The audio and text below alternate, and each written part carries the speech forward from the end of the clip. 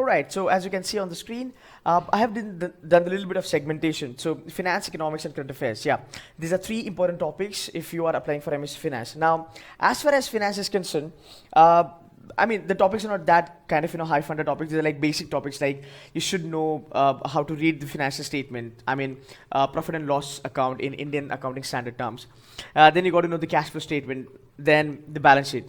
Now, these three are most important points for any finance guy or for any finance aspirant. You got to know how to read, how to analyze, or how these three financial statements would synergize with each other. And there will be questions on this. So the panel is definitely going to ask you about depreciation, about current asset, about shares, the types of shares, the EPS, so on and so forth, right? So at least you should have an idea that which header or which item goes where in cash flow or balance sheet or P&L whatsoever. All right. Then comes the ratio analysis. Now, ratio analysis is not that, difficult access. Even if you're in Pune and if you're have joined me in Pune for my MSc Finance lectures, I think you'll be thorough with this. But at least you should know a couple of ratios, like important ratios, like liquidity ratios and the asset ratios, the PE ratio, the profitability ratio, so on and so forth. So ratio is something you go to any college. Like let it be JB or KJ or IMS. Like these are typical patent questions that a finance aspirant will definitely be asked. Okay, so ratio analysis. Now, after that, how to analyze the financial statement. Now, this is very subjective. And this may be asked to you if you have done good job as far as understanding the statements, but 9 on 10 times these guys have asked this to students in the past. So it's always advisable that you should have a fair idea about how to analyze a statement. Now, as far as statement analysis is concerned, this can little go further. So for example, if you are say you are you're a commerce student, right?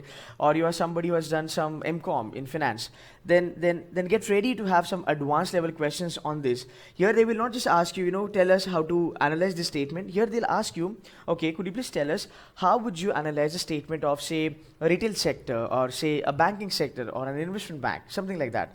So here the expectations will little go up. Okay, now coming back to the next point, the company fundamentals. Now, company fundamentals is basically they'll ask you about about the Companies Act, certain documents like memorandum of association or the article of association, or what do you mean by the prospectus or red herring or QIB, something that sort. Or they may ask you, the board of directors and maybe the hierarchy or something like that. Just to get an idea. How good you are aware about the Indian corporate structure. So there may be questions based on these things. All right. So please get ready for these things. Okay. Moving on to the next point, the basics of accounting. Now I'll tell you something about this topic. These topics, finance, economics, and current affairs, they are all common for all streams. So commerce, engineer, science, arts, hospitality industry, you guys must know this because this is the basic stuff that is expected out of you.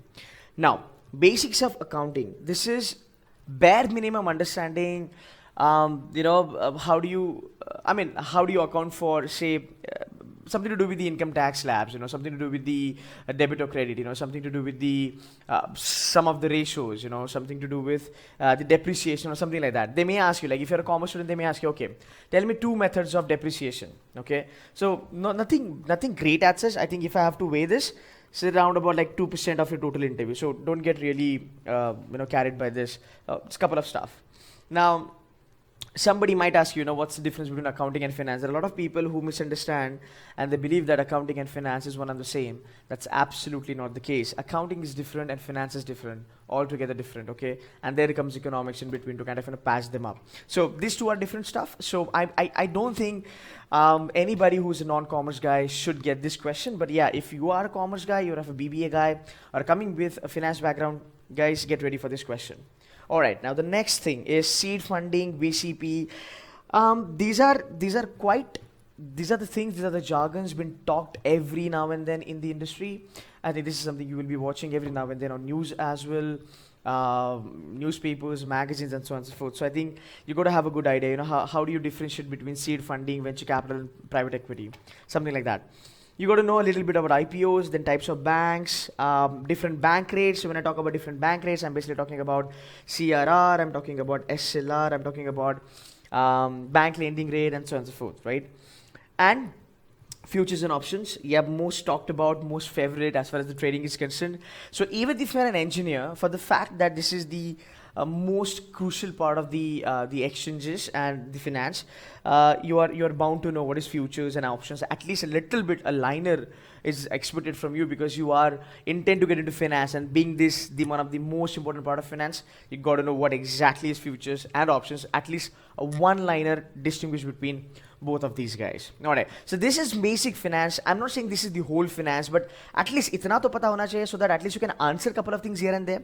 If you're an engineer, if you can't answer these things, I mean, I'm not saying that you know you will not be getting the place there, but again, your interview is always going to be on a comparison basis. So, मेरे ख्याल से इतना तो basic आपको आना ही चाहिए. This is something which is very easy. Moving towards economics now, this is something little interesting. Now, if I have to move to economics, there has been a lot of many things that are happening in the market. So, अगर हम economics की बात करें, so basic economic functions such as you know macro versus micro क्या होता है. Then they might ask you about you know types of markets. You know what are total types of markets like capital market, money market, bond market. There is something called as third and fourth market. Yeah, third and fourth market. Now this is pretty. It's pretty interesting, by the way. This is been covered by me in my Sunday's lecture in Pune in MSc Finance. You know, I would try to you know put a video across on this, but this is one of the new and one of the fantastic concept in finance, third and the fourth market. So they may ask you some jargons like that, you know.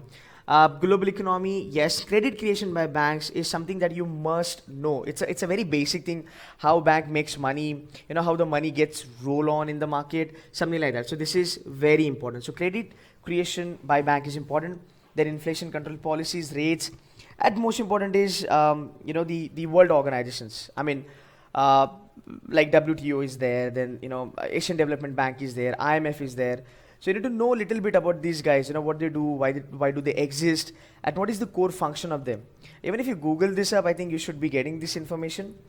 And last but not the least, the stock exchanges and their indexes. So, say, you know, what do you mean by Sensex? What's the full form of Sensex? It's basically sensitive index, and then you know how do you calculate that? You know, was the index for say Dow Jones, or was the index for NYSE, or was the index for the Japanese market, you know, something that sort. But it is important that you should know these things, you know, as a finance aspirant. Fine. So this is finance, okay, this has been taken care of. Then you move to economics, okay. So a beautiful blend of these two is quite important. And then you move to current affairs. Now current affairs, when I talk about current affairs,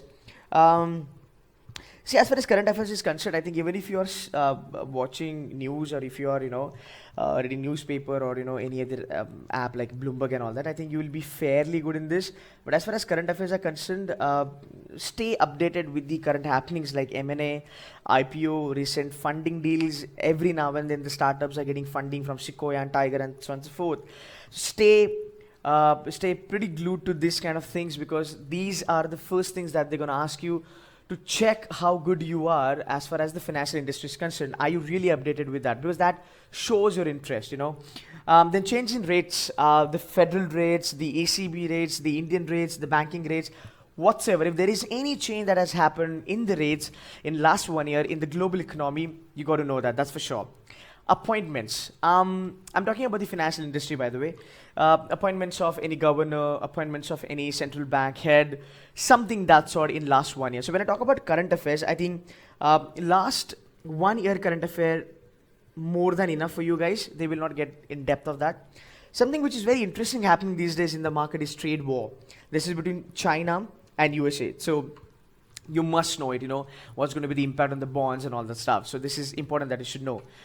And economic tie-ups. When I say economic tie-ups, it means, say, you know, Israel and India, or Indo-China, or Indo-Pak, you know, what kind of trades we have, you know, how we are related to each other, and what kind of tie-ups we have with each other, and how it's going to help us, how it's going to impact us, something that sort. So this is the simple and the bare minimum thing, list of topics that you should know if you're applying for MSc Finance.